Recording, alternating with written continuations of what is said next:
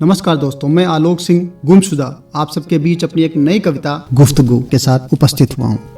मंजिल ने पूछा राही से एक बात बताओ। मंजिल ने पूछा राही से एक बात बताओ, इतनी ठोकर खाकर कैसे आए ये बतलाओ।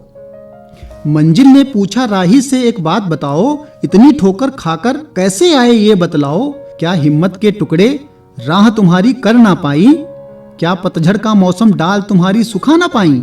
क्या पथ के कांटे फूल तुम्हें जी लगते थे, क्या मन के अंगारे जज्बातों संग रहते थे। आलस्य और चकाचौंध से तुम कैसे बच पाए, अरे मित्र तुम सपनों को हकीकत कैसे कर पाए। क्या 12 मास तुम्हें एक जैसे लगते थे, क्या 12 मास तुम्हें एक जैसे लगते थे। क्या ख्वाब तुम्हारी पलकों पर हर पल रहते थे। क्या बापू की लाचारी तुमको याद ना आती थी, क्या बापू की लाचारी तुमको याद ना आती थी। क्या अम्मा की चिट्ठी तुमको नहीं रुलाती थी, हाथों पर राखी क्या तुमको विचलित ना करती। अपनों से मिलने की क्या कोई हसरत ना पलती।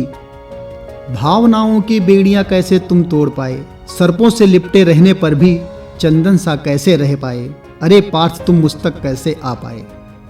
कदम कदम पर मैंने तो जाल बिछाया था, कदम कदम पर मैंने तो जाल बिछाया था।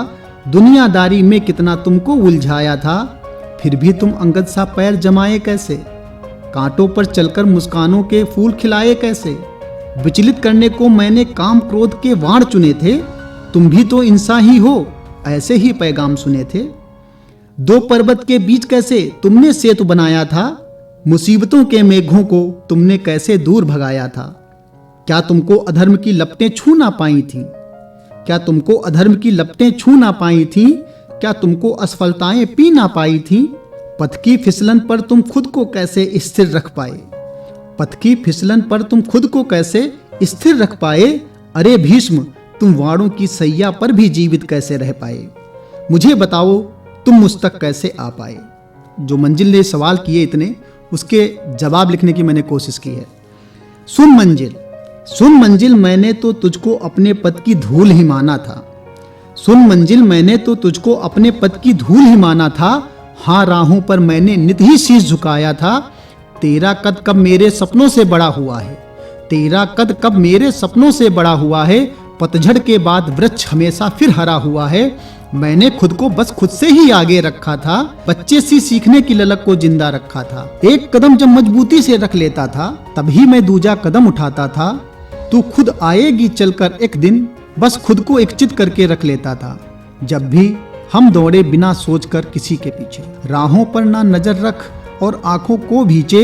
गिरना निश्चित है ये सब जानते हैं, लेकिन जल्दबाजी के चक्कर में सब हारते हैं। एक सिक्के के दो ही पहलू होते हैं, हार जीत के ख्वाब तो केवल भय संग पलते हैं। जब जब तुमने मुझको घायल करने की कोशिश की, जब जब तुमने मुझको घायल करने की कोशिश की, किसी व्याल सा फिर उठकर चलने की मैंने कोशिश की। और तुम मंजिल क्या सोचकर तुमने यह कह डाला, क्या तुम ही हो बस जिसके लिए मैंने ये विष पी डाला।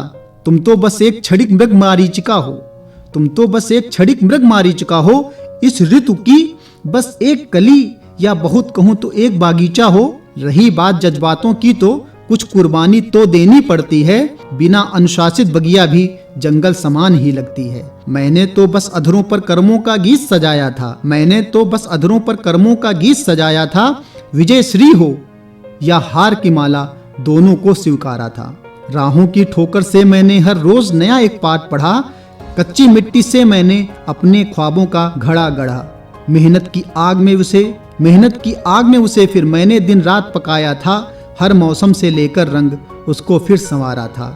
ओह अब मैं समझा राज तुम्हारे, अब मैं समझा राज तुम्हारे। कितने सच्चे ख्वाब तुम्हारे, हम भी नतमस्तक होते हैं गर ऐसे हो हमराज हमारे। धन्यवाद।